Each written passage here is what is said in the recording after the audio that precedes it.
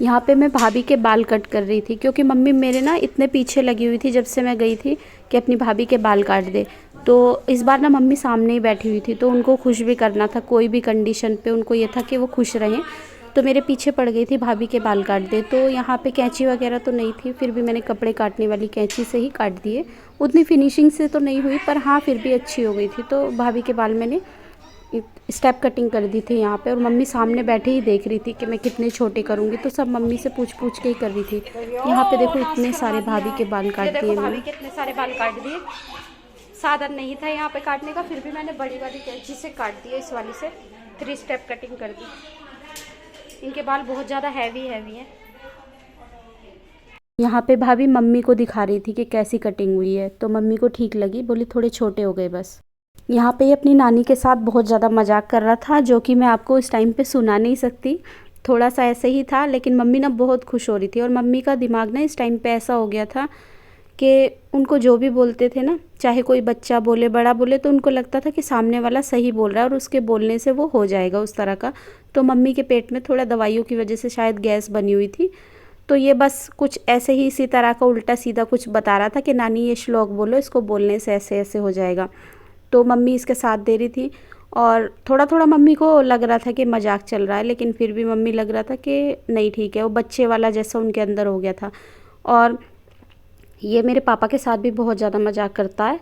तो मम्मी खुश हो रही थी, बोली मुझे बहुत अच्छा लगता है, ये बहुत मजाकिया है, और हमें डॉक्टर ने बोला था कि इनको हर हाल में खुश रखना है। और यहाँ पे ना ये देखो अब ये क्या कर रहा है, ये भी मम्मी का बताया हुआ था। मम्मी ना बच्चों के साथ ना बच्चे जैसी हो जाती हैं, तो मम्मी ने इनको बोला था मच्छर नहीं लगेंगे।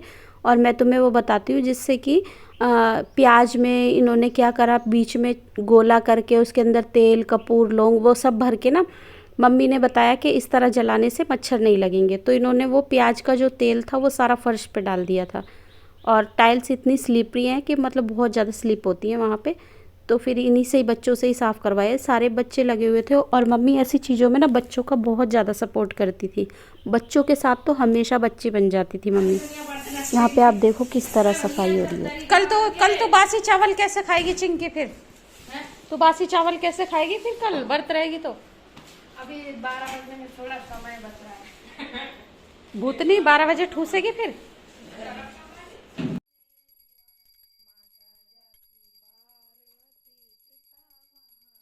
नवरात्रों का पहला दिन था, तो हम पूजा कर रहे थे घर में, सबने फास्ट रखा हुआ था।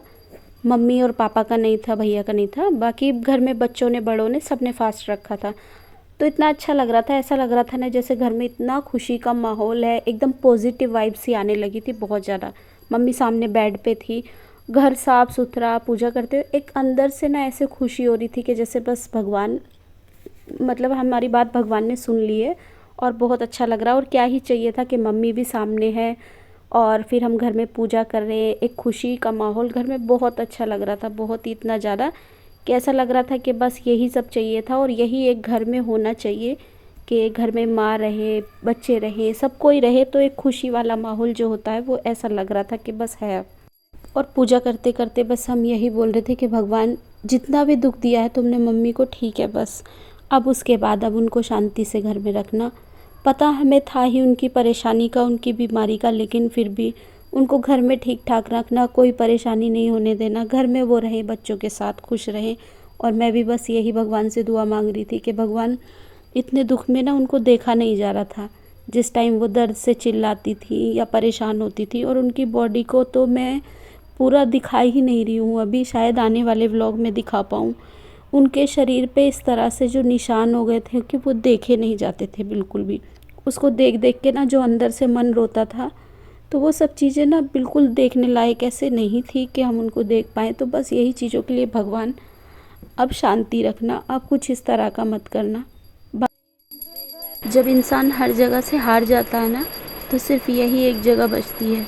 जब हर जगह से निराशा मिलनी शुरू हो जाती है, तो यही एक जगह बचती है जहाँ पे हम अपनी जी जान लगा देते हैं, जहाँ पे हम अपने मन को हल्का कर लेते हैं। इनके सामने हम अपने दुख को बता सकते हैं, अपने मन का दुख इनके सामने हम खुल के रख सकते हैं। तो यही एक जगह बचती है, यहाँ पे आके आदमी कमज़ोर हो जाता है, बिल्कुल टूट जाता है इस जगह पे, और इनके सामने अपने आप को बिल्कुल समर्पित कर देता है और अपने मन की हर बात खुल के यहाँ पे कह पाते हैं।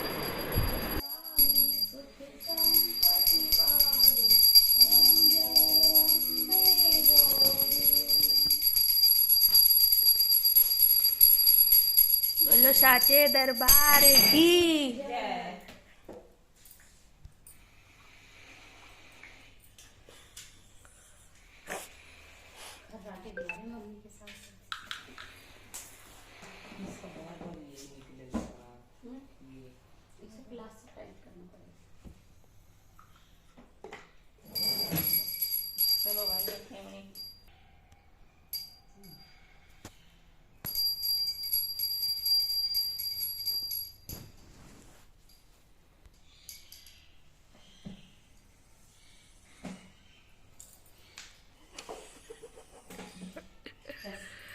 मैंने ये सूट खासकर मम्मी के लिए पहना था, क्योंकि जब मैं लास्ट टाइम गई थी तब मम्मी ने ही मुझे ये सूट दिया था और मौका ही नहीं मिल पाया इस बीच में कि मैं ये सूट को पहनूंगी। मैं ज़्यादा तो इसको इसीलिए रख के लेके गई थी कि मम्मी को, मैं ऐसा ही करती थी, जिससे मम्मी मुझे इस बार कुछ देती थी तो मैं अगली बार उसको सिल के लेके जाती थी, मम्मी के सामने पहन के दिखाती थी। तो मम्मी को मेरे ऊपर बोलती थी थोड़े से इस टाइप के कपड़े अच्छे लगते हैं, थोड़े हैवी वाले, वर्क वाले, और मैं ही थोड़ा प्लेन प्लेन पहनती हूँ। और मम्मी बोलती हैं बहू हो या बेटी हो हमेशा सजी सवरी रहे। तो मैं घर जाके थोड़ा सा ऐसे ही रहती हूँ, तो मम्मी मुझे हमेशा टोकती हैं कि घर आती है तो इसका मतलब ये थोड़ी है कि तू इस तरह रहेगी, और बिंदी लगाया कर, हल्की लिपस्टिक लगाया कर, सब कुछ श्रृंगार करके रहा कर। तो मम्मी को ऐसा ही पसंद था। तो बस मैंने इसी चक्कर में कि मम्मी खुश रहें और मम्मी देखेंगी, मम्मी देखती भी थी जब कुछ अच्छा पहनो या कुछ अच्छा करो ना, मम्मी हमेशा देखती थी। मम्मी की अटेंशन सबके ऊपर रहती थी बारी बारी, चाहे बहू हो या बेटी हो। तो यहाँ हमने बारी बारी सबने सूर्य भगवान को जल दिया और टाइम भी काफ़ी हो गया था, धूप बहुत ज़्यादा हो रही थी, क्योंकि घर की साफ़ सफाई करते, मम्मी को देखते, वो सब करते करते ऐसे ही हमें 10 साढ़े 10 बज गए थे। तो बस अब नीचे जाएंगे, कुछ चाय वाय पियेंगे। और इसको तो कुछ पता नहीं है, इसने तो बस शौक में रख लिया, सब कर रहे थे तो इसने भी कर लिया। इसको तो बोल बोल के सिखा के सब करवाना पड़ रहा था। तो इसको तो थोड़ा सा ना फ़नी सा लग रहा था ये सब चीज़ें, तो इसको इंटरेस्ट भी आ रहा था करने में। अब जाके नीचे क्या करेंगे? चाय पियोगे तुम? अब हम जाके सब चाय पियेंगे, क्योंकि हमें ऐसे ही लेट हो गया, 10 मेरा बज तो रहे हैं। पूरा फास्ट है, ना चाय पीऊंगा ना और ये पानी पहली बार पीऊंगा, रख ना रहा है, खाना जिसको बड़ा खाऊंगा। शौक लगा है, तो इसको इसकी इच्छा पूरी करने की, ठीक है तू रह के देख। ये तो रहती है हमेशा। अभी जाके चाय पियेंगे। हाँ, पिछली बार मैंने नहीं तोड़वाया था। अगर मन तोड़ने का नहीं हो तो नहीं टूटेगा। खाने की चीज देखी और इसने तोड़ दिया। ओ अगुवानी का आटा। मैंने बोला था कि खाएगी, इसने फटाफट खा लिया। ऐसा आ गया एकदम बहुत ज्यादा बेकार, आँख ही ना खुलने के लिए तैयार हो रही।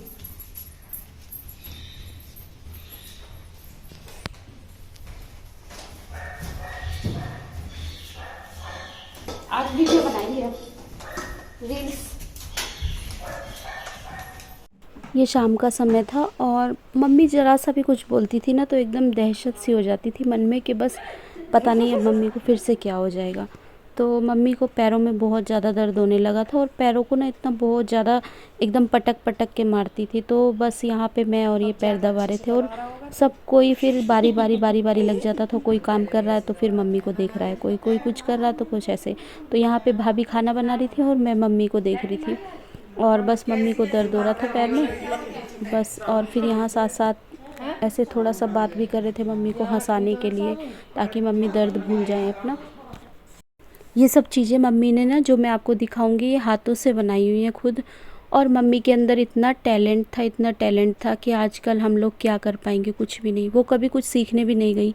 इतना अच्छा सिलाई करती थी, इतनी अच्छी बुनाई कढ़ाई सब कुछ बहुत अच्छा करती थी। और खाना तो इतना अच्छा बनाती थी कि बस उनके खाने की तो जितनी तारीफ़ करो उतना कम है। कुछ भी बनाती थी तो बहुत अच्छा बनाती थी।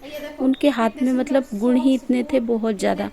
और यहाँ पे मेरे पीछे पड़ रही थी कि इस जैकेट को मैं ले जाऊँ, लेकिन मेरे यहाँ पे सर्दी नहीं होती। तो मैंने बोला मम्मी ऐसे ही बेकार रखी रहेगी, मेरे यहाँ पे सर्दी नहीं पड़ती है। तो फिर मैंने नहीं ली, बस मैंने बोला कि आप दे देना, किसी को भी दोगे तो। इनको थोड़ा सा आराम मिलते ही ना अपने इस पिटारे को खोल के बैठ जाती थी। इनका बेड का सिराना ना एक जादू की गुफा थी, उसमें हमेशा हर चीज़ मिल जाती थी। मैं जब भी जाती थी इसी में से ही हमेशा मुझे सूट निकाल के देती थी। हमेशा मेरे लिए चप्पलें खरीद के रखती थी, कुछ भी चाहिए, चूड़ी वगैरह जो भी, बहुत चीज़ें निकाल के रखती थी। और मैं आने वाले व्लॉग में शेयर करूँगी कि बहुत सारी चीज़ें मम्मी ने मुझे दी हैं।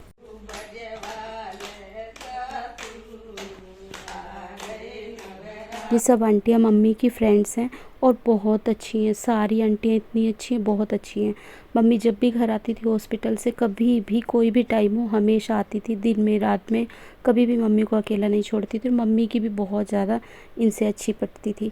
तो बस यहाँ पे ये अपने अपने घरों में कीर्तन के लिए बुलाने आई थी, तो बोल रही थी कि मम्मी की हालत ठीक नहीं है, नहीं तो हम भी कराते, और इसीलिए बोली कि हम यहाँ 2-4 भजन गा लेते हैं तो कीर्तन बराबर हो जाएगा। और अपने घर में हमें बुला के गई थी कीर्तन के लिए।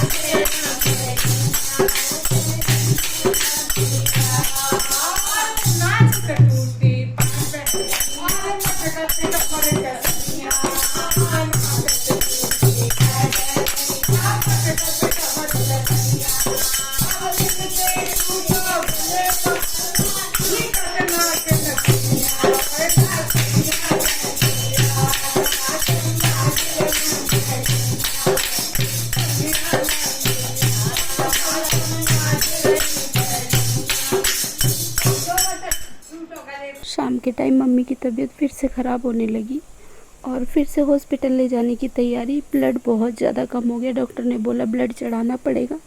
अब हम ऐसी कंडीशन में घर नहीं रख सकते थे, नहीं तो डायलिसिस और दवाइयाँ सब चल रही थी, लेकिन ब्लड बहुत ज़्यादा कम हो गया था, तो इसीलिए फिर से हमें एडमिट करना पड़ेगा। सब चीज़ें मैं किसी और के लिए नहीं, खुद के लिए पोस्ट कर रही हूँ, क्योंकि ये हमेशा एक यादगार मेरे पास रहेंगी।